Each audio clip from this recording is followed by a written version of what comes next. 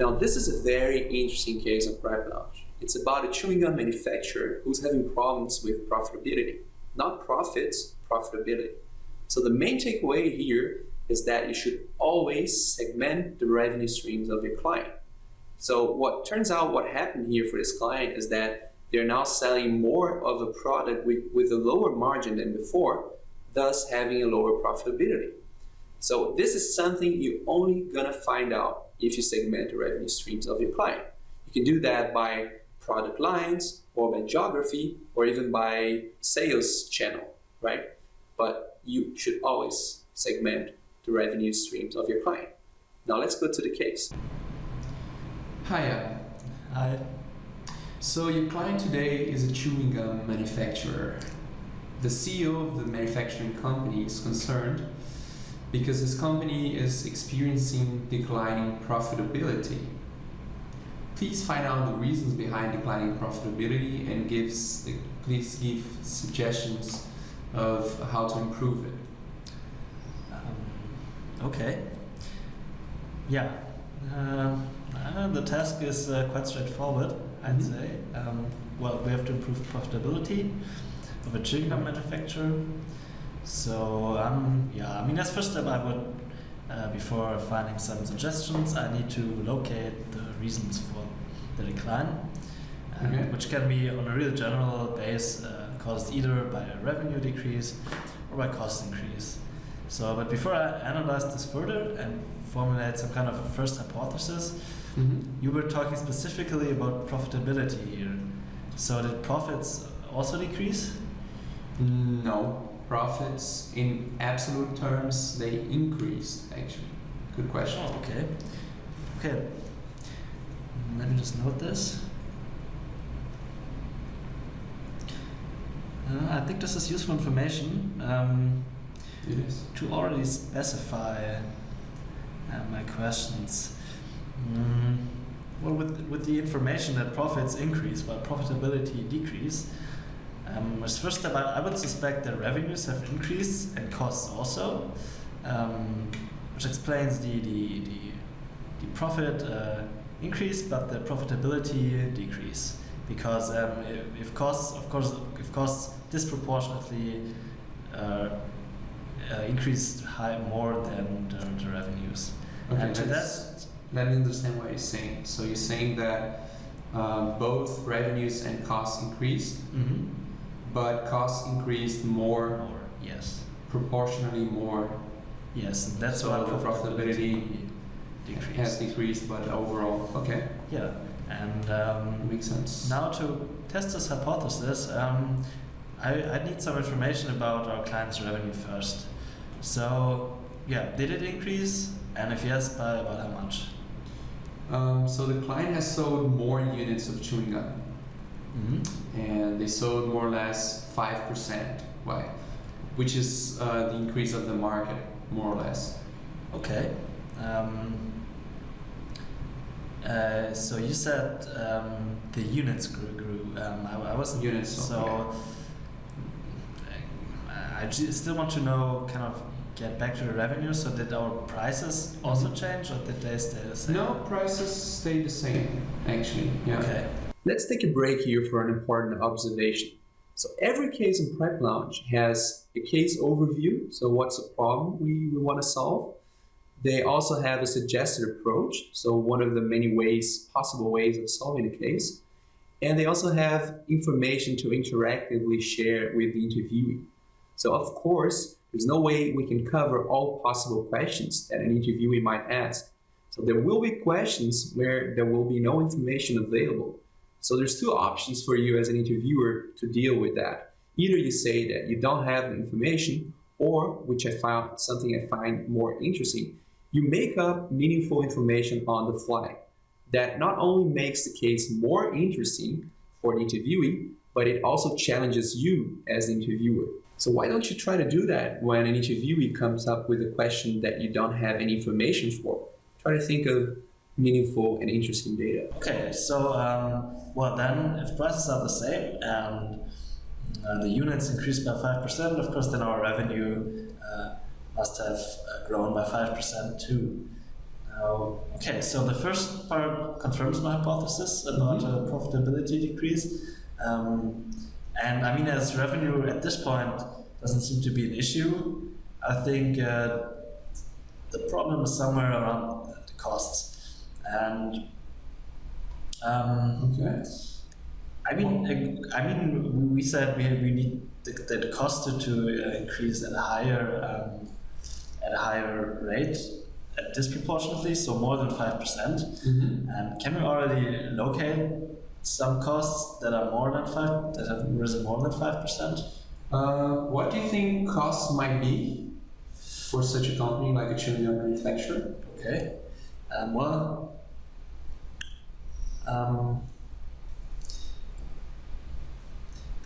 Okay, I meant some kind of value chain here, and I mean, because this is a pretty straightforward production process, we can just go through the value chain and check each step and have a look at what costs can occur. So, as I don't really know right now where the issue could be, we'll just start at the beginning and purchase. So, as we manufacture consumer goods, and to be more precise, I mean, it's chewing gum, so we have some kind of raw materials we need. Correct. What about costs there? So the prices of our raw material suppliers haven't changed. Okay. So 1 kilo of gum costs $8, and now it costs also $8. Okay, so no A being any value like $10 or whatever. So they haven't changed. Okay, so no increases here in costs. I mean, if prices are the same. So then the next step would be the actual production and the production process. Any significant increases here? For example, what I suggest is maybe we have a new factory because we had to open one to cover for additional production. Maybe we have some issues here. Good point, but no. The costs grew proportionally with the revenue also. So have a look at the raw materials again. So let me share it with you.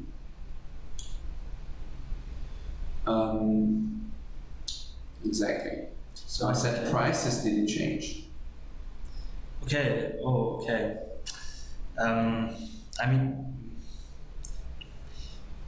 of course we have to buy more. So did the amount somehow change disproportionately to? Correct. So I just shared with you the flavors we have. So we have gum, sugar, dye liquid, or flavor.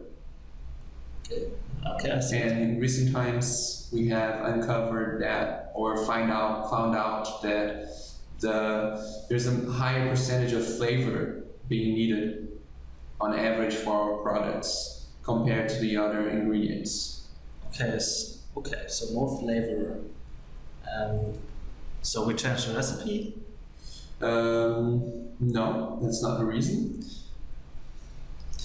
Okay, good. Before I just go on blabbing some reasons, I would like to think about it a second. Sure. To find out some reasons for why this could be. Okay, let me just take your time. Structure this here.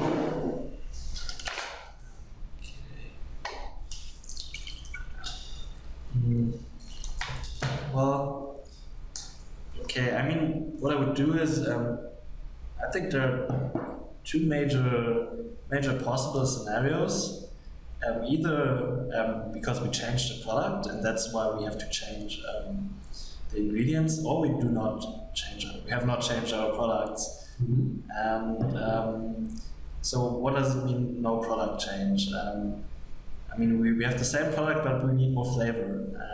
But the product, of course, itself stays the same. So what I would think of is maybe we have a new So what's your supplier. hypothesis then? yeah, I mean, I have several. I mean, we could check if the supplier has changed and if we have a different flavor that is not as intensive, so we need more to get the same results. Or something in our production process changed, so we just need more flavor because we have new machines. Or quality issues, maybe we will be wasting more flavor somewhere in the production, or the quality overall is not good. I mean, that's all points we have to check and just go in the production process and have a look at it. But then, of course, some product change as well. I mean, if you said a product changes, and you said it's not because the recipe changed. No. Maybe we just offered a new product with a different flavor that is more expensive, or Could be.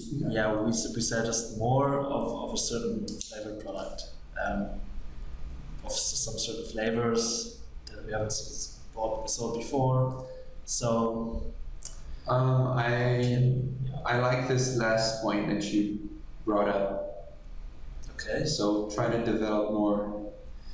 okay, so have a look at get deeper into the flavors.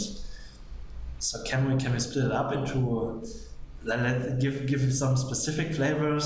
I don't know, mint or orange or You mean different citrus? Yeah, products prices or something. for each different flavor? So that's not necessary. So flavors do not differ in prices or amount needed. So Okay. for mint chewing gums, we also always use the same amount of flavor, and it costs the same as for strawberry, for instance. So, but do you think all chewing gums need flavor? Okay. Yeah. If you already get that point, I mean, okay. So do we also say non-flavored products? What kind of products do we sell?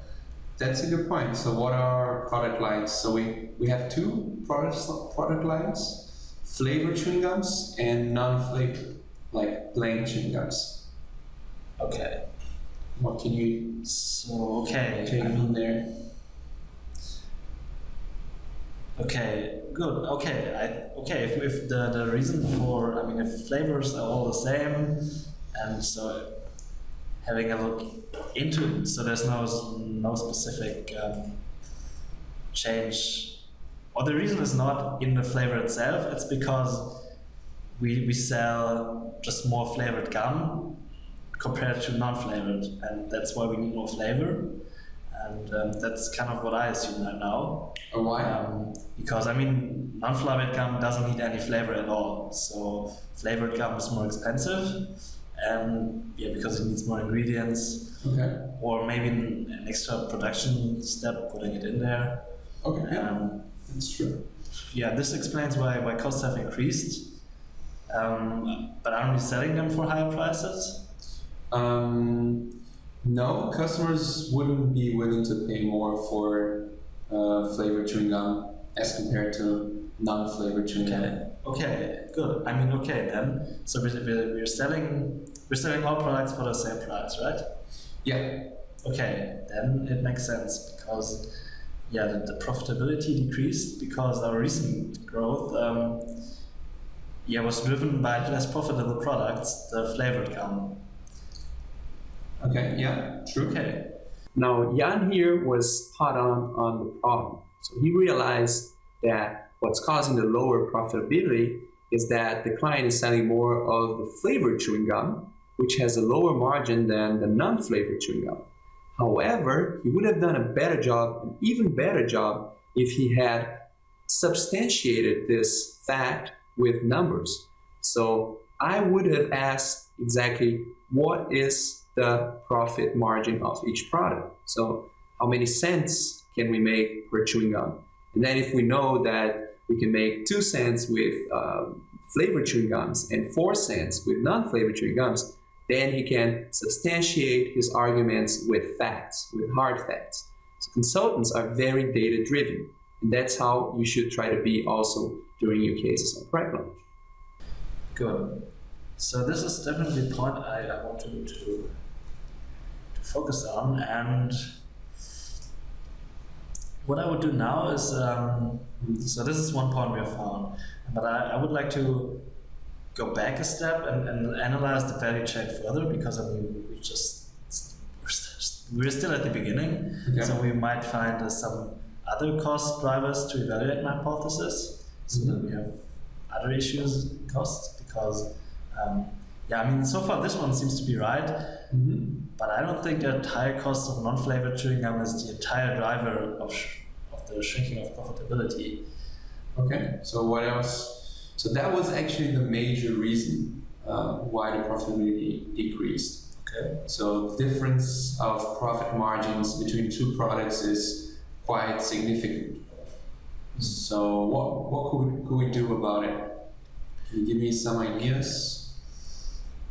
So I think you already answered the first part of the question why this happened. So because of the different products we're selling, we're selling more of the product with less margin.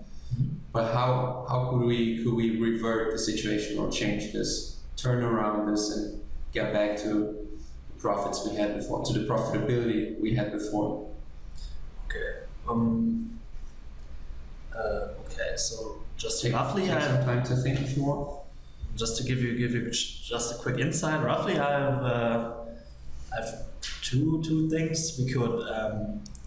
Well, we could kind of accept that customers are preferring the less profitable products, or we could not accept it. Okay. What I mean by this is, well, if we accept it, then we just somehow have to kind of increase the profitability of these flavored gums. If we not accept it, we have to find out why customers just started preferring flavored gums and kind of push their preference back to the more profitable non-flavored ones. Okay. I mean, it's always quite hard to change a market and customer preferences. I mean, that takes a lot of effort. So I want to have a look at the first point. Just increase the profitability of the flavored gums and accept that customers prefer it. I mean, because after all, we try to change preferences of customers. We should give the customers what they want. Okay. So I mean, to increase profitability here.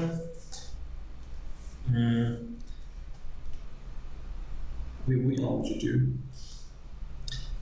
I mean, I know you said that customers are not willing to raise prices, and I mean, I'm looking at the revenue side here, and you said they're not willing to pay more. But from my personal experience, I mean, if I imagine myself in the supermarket here and looking at the shelves with gum, I've actually personally seen some interesting changes, because I think 5 years ago all gums looked the same, pretty plain, but in recent times there were just some really fancy brands starting to come up. Okay, so chewing gum packed in sophisticated packages, looking very exclusive, and of course they're more expensive. So a differential. Yeah, I mean, what I'm going for is just the marketing effect. I mean, the product, of course, it's also just chewing gum what they have, but they have a different approach of marketing it. So just going for more exclusive customers. And then, of course, we can also tackle the costs. We have, well, I mean, the main issue is the flavor. When we could focus on fewer flavors, the favorites, and also together with the growing trend here that people want more flavored gums, might be able to generate economies of scale. Okay. And by purchasing just more of flavors, less different, but more of one kind. Okay. And I don't know, just do some renegotiation. You want to buy more from the same supplier and ask for a better price. So you want to get rid of some of the flavors and focus on the Yes, that would be would be it. Okay, interesting suggestions. Very good, thank you. Okay, you're welcome.